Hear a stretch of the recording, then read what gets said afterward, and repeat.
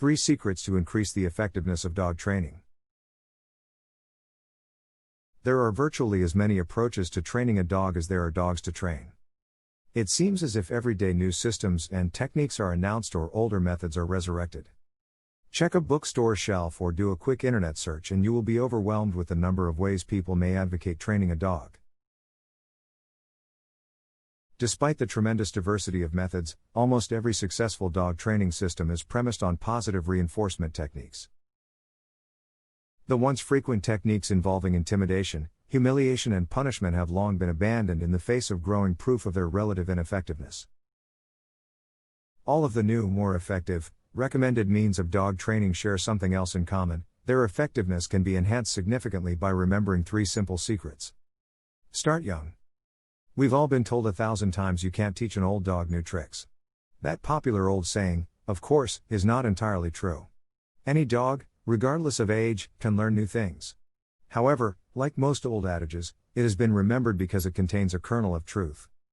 Dogs, like humans, are much more receptive to learning new behaviors when young. The earlier you are able to start training your dog, the more effective the training will be. Puppies will learn at a much faster clip and do not have ingrained behaviors that must be unlearned. Thus, any training regimen is sure to be more successful when conducted with a puppy for a subject instead of an older dog. If you weren't able to start training a particular dog when he or she was younger, don't fret. Training is still effective for older animals. However, if you do have the chance, start training early and you'll reap the benefits of increased effectiveness. Remain gentle. Dogs are social animals and develop a real attachment to their owners. That attachment, in large measure, is at the heart of successful dog training.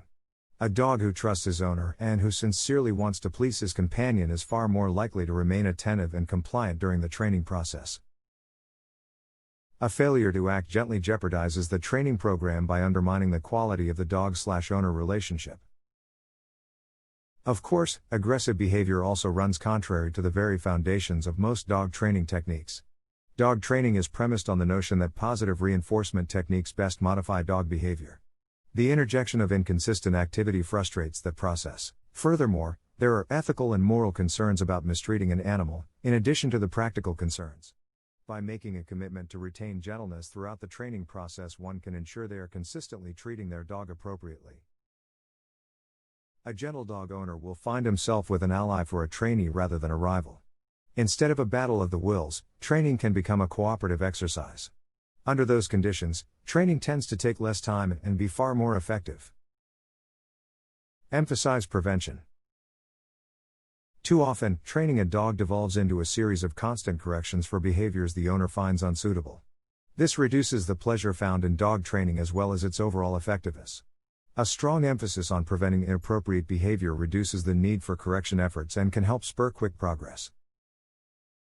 The basic goal of prevention is to intervene before a problem is created instead of simply responding to the problem. Instead of waiting for the dog to make a mistake to correct, the prevention-minded owner will keep close watch to see imminent difficulties and will intervene early to prevent them from arising in the first place.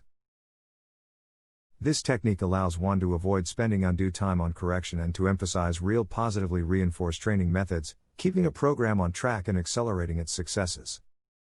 It also decreases frustration throughout the training process, making it more enjoyable for both the dog and the owner.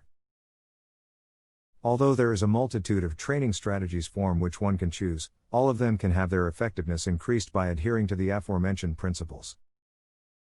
By starting early, remaining emphasizing prevention, any reasonable garner results. If always operating in the background, to push the effectiveness of any